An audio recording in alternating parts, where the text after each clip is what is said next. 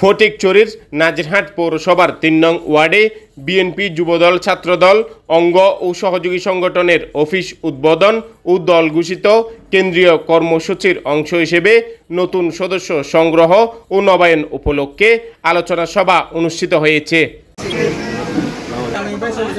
গতকাল রবিবার রাতে স্থানীয় টেকের দোকান এলাকায় আয়োজিত সভায় সভাপতিত্ব করেন নাজিরহাট পৌরসভা বিএনপির সদস্য এস.এম. শফিউল আলম। নাজিরহাট পৌরসভা যুবদলের যুগ্ম আহ্বায়ক এস.এম. কামরুল হাসান চৌধুরী অপুর সঞ্চালনায় প্রধান অতিথি ছিলেন চট্টগ্রাম উত্তর জেলা বিএনপির সাবেক যুগ্ম আহ্বায়ক সরোয়ার আলমগীর। বিশেষ অতিথি ছিলেন বিএনপি নেতা মোবারক হোসেন কাঞ্চন, নাজিমউদ্দিন শাহিন, মনসুর আলম চৌধুরী, শহীদুল ইসলাম, গাজী আমানুল্লাহ, সলিমা আক্তার শিউলি, আমানুল্লাহ, আরফাত তুষার, শেখ সুমন, মঈনুদ্দিন, সালমান সুলাইমান, আজিজ ও সাদমান।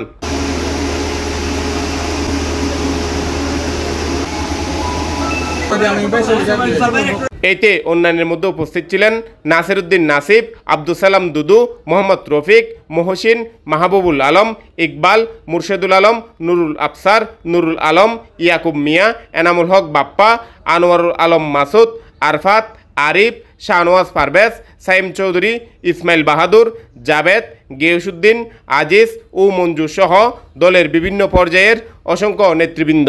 বাংলাদেশের এখন খুব কঠিন সময়, আপনারা নিজেরা দেখছেন। গত পরশুদিন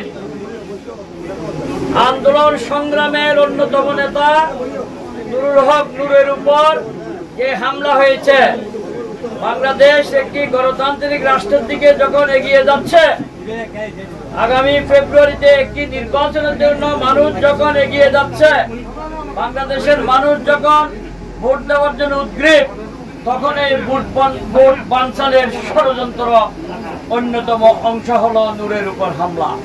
তাই আমরা যারা তৃণমূলে আছে, বাংলাদেশ জাতীয়তাবাদী দলের আমাদের সবাইকে ঐক্যবদ্ধ থাকতে হবে।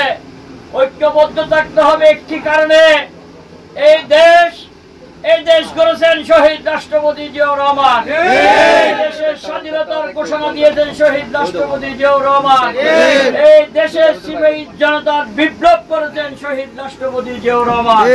আমাদেরকে ঐক্যবদ্ধতাকে আগামী ফেব্রুয়ারির নির্বাচন পর্যন্ত আমাদেরকে সজাগ থাকতে হবে। আজকে ৩ নম্বর ওয়ার্ড থেকে বলতে চাই, ফটিকছড়ির আনাচে কানাচে সদস্য সংগ্রহ এবং সদস্য নবায়ন, এবং আমাদের একটি স্লোগান হবে জনতার মার্কা, তারেক রহমানের মার্কা, বেগম খালেদা জিয়ার মার্কা। মধু খাওয়ার ষড়যন্ত্র, এই মধু খাইতে দেওয়া যাবে না। বেহেশতের টিকিট বলে বিক্রি করতে দেওয়া যাবে না। সবাই ঐক্যবদ্ধ থাকবেন।